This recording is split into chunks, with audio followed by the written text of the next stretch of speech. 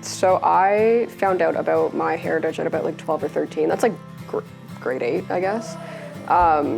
And at that point, I had probably just learned about Indigenous people at most 3 pages in my social studies textbook. It wasn't like a whole shebang, like, oh, wow. And at that point growing up, I had always known like British, Sicilian, Scottish was my heritage. I was played into that. I did Christmas, Halloween, typical traditional like Christian holidays. I wasn't brought up any other way. So yeah, I didn't have my Sicilian grandfather in the picture growing up, so I just knew I was Sicilian. That was like the hard stop there. But for me, the Indigenous side comes from my dad's dad, so my grandfather on that side. And that wasn't spoken about. It was actually my grandmother that told me, his wife, who's also Scottish. So for me, it was very much like we didn't talk about it, cue the like we don't talk about Bruno in Canto song. When I did start asking him about it, it was like concrete wall. We did not go over the wall, we didn't go through the wall. He still has that wall up, a couple bricks are down, but for the most part, he still doesn't talk about it. And that's probably from a lot of the intergenerational trauma that he also suffers from. So for me, starting this journey was probably about high school.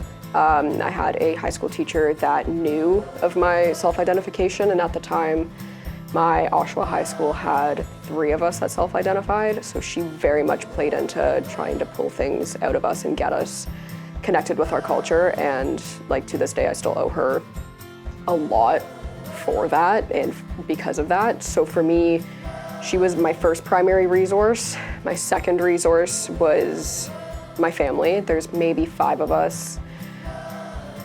Yeah, 5 of us that I want to say are doing this work and really hitting the ground running with contacting like people out east in Gaspé, whether it's like chiefs, other community members, churches to try and track down records because we don't have any of our records. I'm non-status and I identify as being non-status. Also very much know that I am a white passing Native person. I carry that with me every single day, and like just in general how I identify as an Indigenous woman, I know it. It's just there on my shoulders.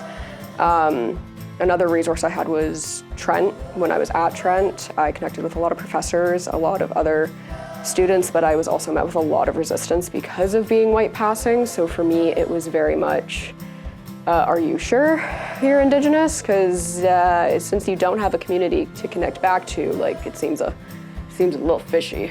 But yeah, I actually almost dropped out of Trent within my first year because I had classmates who were questioning my indigeneity and just my place within the institution. And like post-secondary institutions are not meant for us. So we're actually doing a lot of work too as students to help decolonize those institutions so that they can fit us. But like the best advice I could probably give anyone who is reconnecting or starting that journey or supporting somebody on that journey is take your time.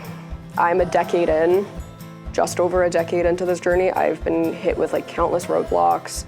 There's days where I feel like I'm just gonna like throw in the towel and be like, I'm done, because I am just at a point where I'm like emotionally exhausted, and that's a really big thing.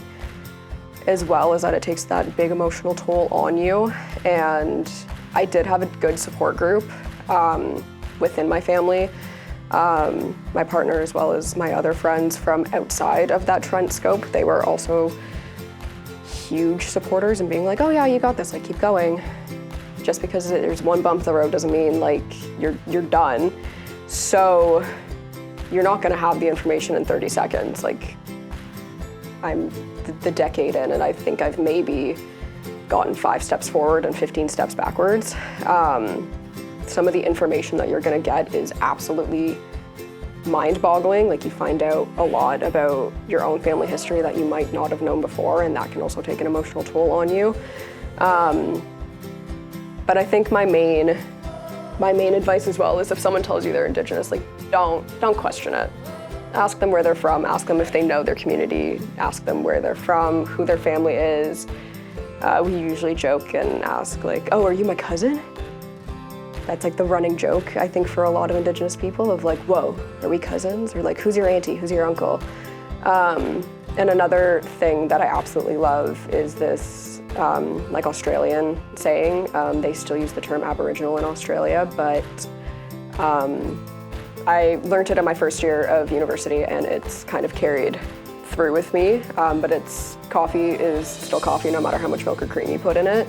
And it's a really pretty picture of a bunch of coffee cups, and you have your straight black coffee all the way up to like someone who's probably put a whole carton of half and half. And I think that helps people as well visualize that just because you're a white passing Indigenous person, it doesn't make you any less Indigenous than someone who is straight off of a reserve or has a full Indigenous bloodline. Yeah.